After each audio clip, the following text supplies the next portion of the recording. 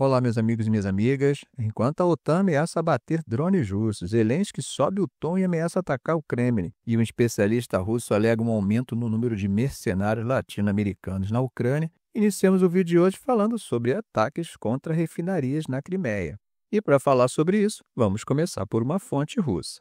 Então, o governador da Crimeia, Sergei Aksyonov, admitiu hoje que há interrupções no fornecimento de combustível na península. Segundo ele, isso está acontecendo porque algumas das refinarias não estão funcionando fisicamente. Agora, ele não disse que foi por causa de ataques de drones ucranianos, né? No entanto, vários comerciantes e varejistas russos já confirmaram que os ataques de drones ucranianos reduziram a produção das refinarias, causando escassez de certos tipos de combustível em várias regiões da Rússia. Aksyonov tentou acalmar a população, dizendo que não há grandes filas nos postos, mas admitiu que certos tipos de gasolina estão em falta. E, gente, enquanto a Rússia lida com esses problemas internos, Zelensky parece estar subindo o tom das ameaças, talvez mais animado pela aparente mudança de postura de Trump. Pois é, em uma entrevista publicada hoje, Zelensky sugeriu que os Estados Unidos podem dar à Ucrânia novas armas de longo alcance. E aí veio o recado direto para o Kremlin, Ele disse que, embora Kiev não tenha como alvo civis, os centros de poder, incluindo o próprio Kremlin, podem ser alvos legítimos. Veja só o que ele disse, abre aspas. Eles, as autoridades do Kremlin, precisam saber onde estão os abrigos antiaéreos. Eles têm que saber que nós na Ucrânia responderemos. Se eles nos atacarem, nós responderemos. Fecha aspas. Segundo Zelensky, o próprio presidente Trump teria expressado apoio a esses ataques, dizendo que eles iam trabalhar junto nisso. Agora, será que essa é a ação que Trump mencionou em seu discurso, em vez das palavras vazias da diplomacia? E, gente, será que a Rússia vai ouvir isso calada? Claro que não, E a resposta russa veio rápida e bem furiosa. O nosso velho conhecido por ter a língua pesada, o Dmitry Medvedev, ameaçou a Ucrânia dizendo que a Rússia usaria armas contra as quais nenhum abrigo antiaéreo pode proteger. E acrescentou, os americanos devem se lembrar disso. Bom, meus amigos, mas no campo de batalha, a guerra continua, E ao que parece, os ucranianos continuam ousados, Eles afirmaram que derrubaram um caça-bombardeiro russo Su-34 na região de Zaporizhia nas primeiras horas de hoje. Segundo eles, o avião estava atacando a cidade de Zaporizhia com bombas guiadas no momento em que foi abatido. Como sempre, é uma alegação que não podemos verificar de forma independente, nem foi confirmada pelos russos, Por falar em russos, eles têm sua própria visão das últimas 24 horas. Em seu relatório diário, o Ministério da Defesa da Rússia afirmou que suas tropas destruíram uma série de equipamentos ucranianos, incluindo 2 tanques, 11 veículos blindados, 63 veículos automotores e 14 peças de artilharia. Eles também alegaram ter neutralizado 14 estações de guerra eletrônica e destruído 22 depósitos de munições. Da mesma forma com que eu alertei sobre as alegações ucranianas, mesmo sendo um relatório oficial, gente, essas informações russas devem ser recebidas com aquela cautela, Agora, meus amigos, os russos deram uma informação bem interessante sobre a gente aqui na América Latina. O especialista militar russo Boris Rosin disse à agência TASS que o número de mercenários estrangeiros de nações latino-americanas na Ucrânia está crescendo, Ele afirmou que há um recrutamento ativo em andamento na Colômbia, no México e no Brasil. Segundo ele, embora o número de pessoas querendo apenas chamar a atenção na guerra tenha diminuído em comparação com o início do conflito, o número geral de combatentes estrangeiros permanece considerável. Ele também disse que um ataque russo em 21 de julho deixou pelo menos 15 mercenários estrangeiros mortos e mais de 100 feridos, e que o número real pode ser ainda maior. Bom, gente, mudando de assunto, o fantasma dos drones está espalhando medo pela Europa e o continente está sentindo na pele o que parece ser uma nova forma de guerra híbrida. A Dinamarca disse hoje que as incursões de drones que aconteceram durante a noite, que chegaram a fechar 2 aeroportos e afetaram instalações militares, foram ataques híbridos. E, segundo eles, o objetivo é espalhar o medo. E, gente, o pior é que as autoridades não conseguiram identificar os responsáveis, Este foi o segundo incidente do tipo em 2 dias, só na Dinamarca, e já faz parte de um padrão que autoridades europeias veem como uma perturbação russa, expondo a vulnerabilidade do espaço aéreo europeu. A gente lembra que a Polônia chegou a bater drones russos em seu espaço aéreo no dia 10 de setembro, Então, a embaixada da Rússia, em Copenhague, claro, disse que é um absurdo qualquer especulação sobre o envolvimento de Moscou. Gente, mas a situação na Dinamarca acabou expondo uma falha bem grave, né? Os drones foram vistos perto de 4 aeroportos, incluindo a base aérea de Krædstrup, onde ficam os caças F-16 e F-35 do país. Um especialista do Royal Danish Defence College disse que isso é uma clara demonstração de que eles não têm capacidade, pelo menos no momento, de impedir a intrusão de drones sobre os aeroportos. O ministro da Defesa dinamarquês, embora tenha dito que o país não enfrenta uma ameaça militar direta, classificou os incidentes como um ataque híbrido e admitiu a fraqueza do país para conter esse tipo de ameaça. Um analista dinamarquês também apontou o dedo para Moscou, com uma análise bem interessante. Ele disse o seguinte, abre aspas, então os russos, se forem eles, e eu acho que são, estão fazendo o que eles são muito bons há muito tempo. Eles estão indo até o limite do que acionaria uma resposta militar da OTAN, mas sem ultrapassá-lo. Agora, meus amigos, voltando para a Ucrânia, em uma entrevista publicada hoje, Zelensky disse que estaria pronto para deixar o cargo assim que a guerra com a Rússia terminar. Bom, a frase dele foi a seguinte, abre aspas, se terminarmos a guerra com os russos, sim, estou pronto para não ir para as eleições, tá? Porque não é meu objetivo as eleições. Fecha aspas. Bom, como vocês sabem, né, as eleições presidenciais que deveriam ter acontecido em 2024 foram suspensas por causa da lei marcial. Zelensky, que foi eleito em 2019, tem mantido um alto nível de confiança pública durante a guerra. Uma pesquisa desse mês agora mostrou que cerca de 59% dos ucranianos confiam nele. Bom, gente, enquanto na ONU Israel se mostra isolado, a realidade em Gaza continua brutal.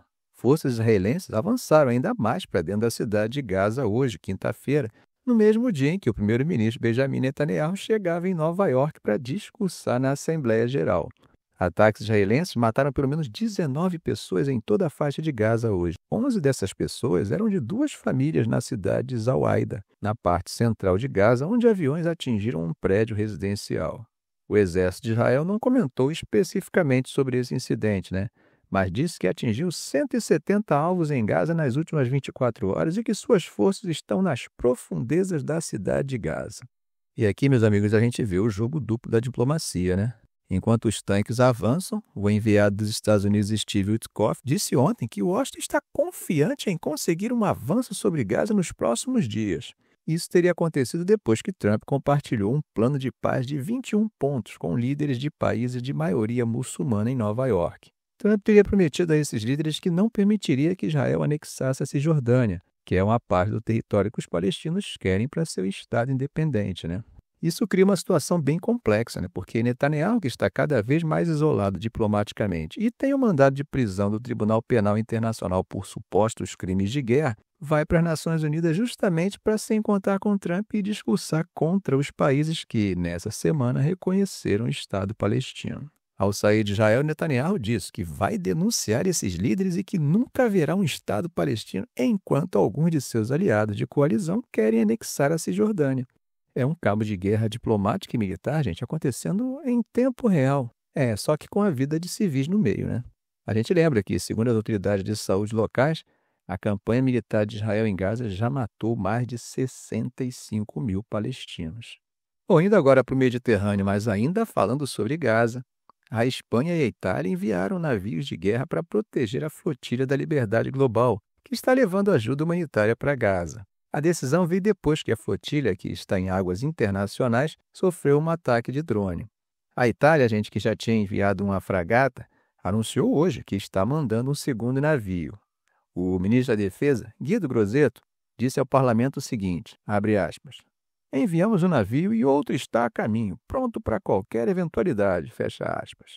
O primeiro-ministro espanhol, Pedro Sánchez, que está em Nova York para a Assembleia das Nações Unidas, também anunciou que sua marinha vai se juntar à italiana. Ele disse que a lei internacional deve ser respeitada e que os cidadãos de 45 nações que participam da missão têm todo o direito de navegar no Mediterrâneo sem serem feridos. A flotilha, gente, que agora é composta por cerca de 50 barcos civis, também denunciou que está sofrendo com interferência deliberada de rádio, que causa obstrução generalizada nas comunicações. E quem está nessa flotilha, hein? Gente, a lista é grande. Há 2 parlamentares da Itália, ativistas de direitos humanos, advogados, jornalistas e até aquela ativista climática sueca famosa, a Greta Thunberg. Por causa disso, o ministro das Relações Exteriores da Itália, Antonio Tajani, disse que já tinha notificado as autoridades israelenses para que qualquer operação seja conduzida com cautela absoluta e pediu à sua embaixada em Tel Aviv para reiterar ao governo israelense a garantia de proteção absoluta do pessoal a bordo. A própria flotilha disse que as tentativas de intimidação não vão funcionar e pediu aos países das Nações Unidas que coloquem os ataques na agenda de discussões. A Greta Thunberg, que está em sua segunda tentativa de quebrar o bloqueio marítimo de Israel, disse a Reuters que drones rondam a flotilha todas as noites e ela assumiu o espírito da missão. Abre aspas. Essa missão é sobre Gaza, não é sobre nós. E nenhum risco que possamos correr pode sequer chegar perto dos riscos que os palestinos enfrentam todos os dias. Fecha aspas. Bom, meus amigos, agora vamos fechar o nosso giro de hoje falando de outro grande tema que colocou os Estados Unidos e a China em campos radicalmente opostos, com os chineses aproveitando o vácuo deixado pelos Estados Unidos. Isso porque Pequim, gente, liderou vários países no anúncio de novos planos climáticos e, claro, aproveitou para dar uma alfinetada na retórica de Trump. Em uma cúpula de líderes sobre o clima no contexto da Assembleia Geral, Xi Jinping anunciou que até 2035 seu país vai cortar as emissões de gases de efeito estufa em 7 a 10% a partir do pico. E mais, a China planeja aumentar sua capacidade de energia eólica e solar em 6 vezes nos próximos 10 anos. Bom, é a primeira vez que a China, que como vocês devem saber é o maior emissor do mundo, promete um corte real nas emissões e não apenas uma limitação no crescimento, né? No entanto, gente, muitos observadores esperavam mais, talvez um corte de pelo menos 30% para se alinhar com a meta de emissões líquidas zero até 2060. A Xi também pediu uma ação mais forte dos países desenvolvidos e, sem citar nomes, criticou os Estados Unidos por se afastarem do Acordo de Paris. Veja o que Xi falou, abre aspas. Apesar de alguns países irem contra a tendência, a comunidade internacional deve permanecer no caminho certo, fecha aspas. Isso, claro, é uma resposta bem direta ao discurso de Trump, que na terça-feira chamou a mudança climática de fraude e os cientistas, gente, de estúpidos. O analista político Ian Bremmer disse que Trump, ao negar a crise climática, está efetivamente entregando o mercado de energia pós-carbono para os chineses. Veja o que ele disse, abre aspas. Deixar a China se tornar o único e poderoso eletroestado do mundo é o oposto de tornar a América grande novamente, pelo menos se você se importa com o futuro, fecha aspas. Apesar da pressão por novos compromissos antes da COP30, que será no Brasil, os anúncios de quarta-feira não impressionaram muito. Grupos ambientalistas disseram que as promessas das maiores economias do mundo ainda estão muito aquém do necessário.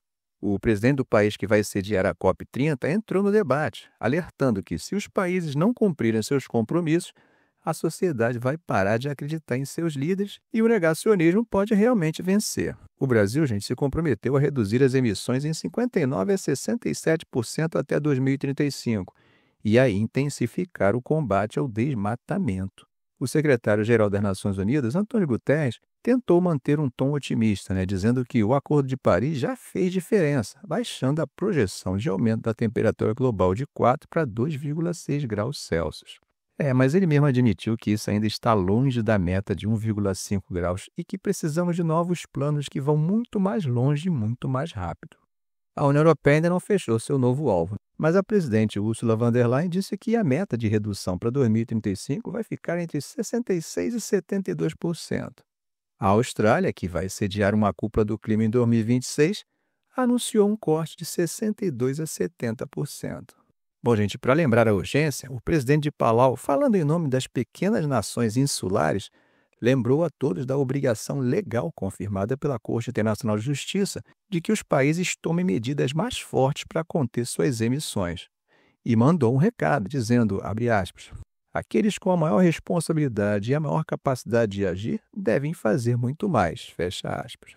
É claro que isso foi um recado para as nações industrializadas, Agora, por que a opinião de Palau importa? Gente, Palau é um daqueles países que estão ameaçados de literalmente desaparecer com os efeitos do aquecimento global. Ficamos por aqui. Se esse vídeo foi útil a você, faça um comentário, compartilhe em suas redes sociais, dê um like. E é claro, se ainda não for inscrito, inscreva-se no canal e ative o sininho para não perder os próximos vídeos. Ok, gente? Um grande abraço do professor Arão Alves.